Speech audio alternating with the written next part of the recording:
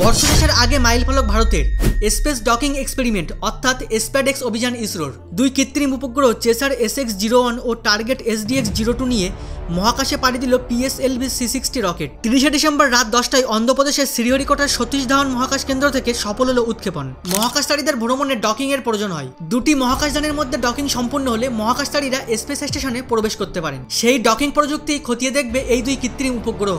ভারতের space station গড়ার স্বপ্ন আরও এক ধাপ এগিয়ে দিল ভারতের মহাকাশ গবেষণা সংস্থা ইসরো। মহাকাশের ডকিং সংক্রান্ত গবেষণায় এই দুই কৃত্রিম উপগ্রহের কাছে বড় চ্যালেঞ্জ। কক্ষপথে চেসার ও টার্গেট 28,000 কিমি প্রতি ঘন্টা বেগে প্রদক্ষিণ করবে, তবে ডকিং এর আগে তাদের গতিবেগ 0.036 কিমি প্রতি ঘন্টায় নামিয়ে আনতে হবে। একই কক্ষপথে দুটি দ্রুতগতির মহাকাশযানকে যুক্ত করার প্রক্রিয়াই হলো স্পেস ডকিং সিস্টেম। এ সংক্রান্ত গবেষণা সফল হলে স্পেস স্টেশন নির্মাণে বড় সাফল্য পাবে ভারত। দুটি কৃত্রিম উপগ্রহ প্রাথমিকভাবে একে অপরের থেকে 5 কিমি দূরত্বে অবস্থান করবে। তারপর আগামী 10 থেকে 14 দিনের মধ্যে ওই দুই কৃত্রিম উপগ্রহকে কাছাকাছি আনার প্রয়াস চালাবে ইসরোর বিজ্ঞানীরা। পৃথিবী থেকে 470 কিমি ওপরে মহাকাশে অক্ষাংশে তাদের অবস্থান হবে। জানা গিয়েছে প্রথম কৃত্রিম উপগ্রহটিতে রয়েছে উচ্চ রেজলিউশন সম্পন্ন ক্যামেরা ও দ্বিতীয় উপগ্রহে রেডিয়েশন মনিটর ও প্রাকৃতিক সম্পদ অনুসন্ধানের ও উচ্চ রেজলিউশনের ছবি তোলার ব্যবস্থা থাকবে। স্প্যাডেক্স মিশন 24টি গৌণ পেলোড বহন করে নিয়ে যাবে PSLV C-60 রকেট। এর মধ্যে 14টি পেলোড ইসরোর নিজের ও বাকি 10টি বিভিন্ন শিল্প ও শিক্ষা প্রতিষ্ঠানের বলে জানা গিয়েছে। রকেট উৎক্ষেপণের 90 মিনিটের মধ্যে সেগুলি মহাকাশে মোতায়েন করা হয়।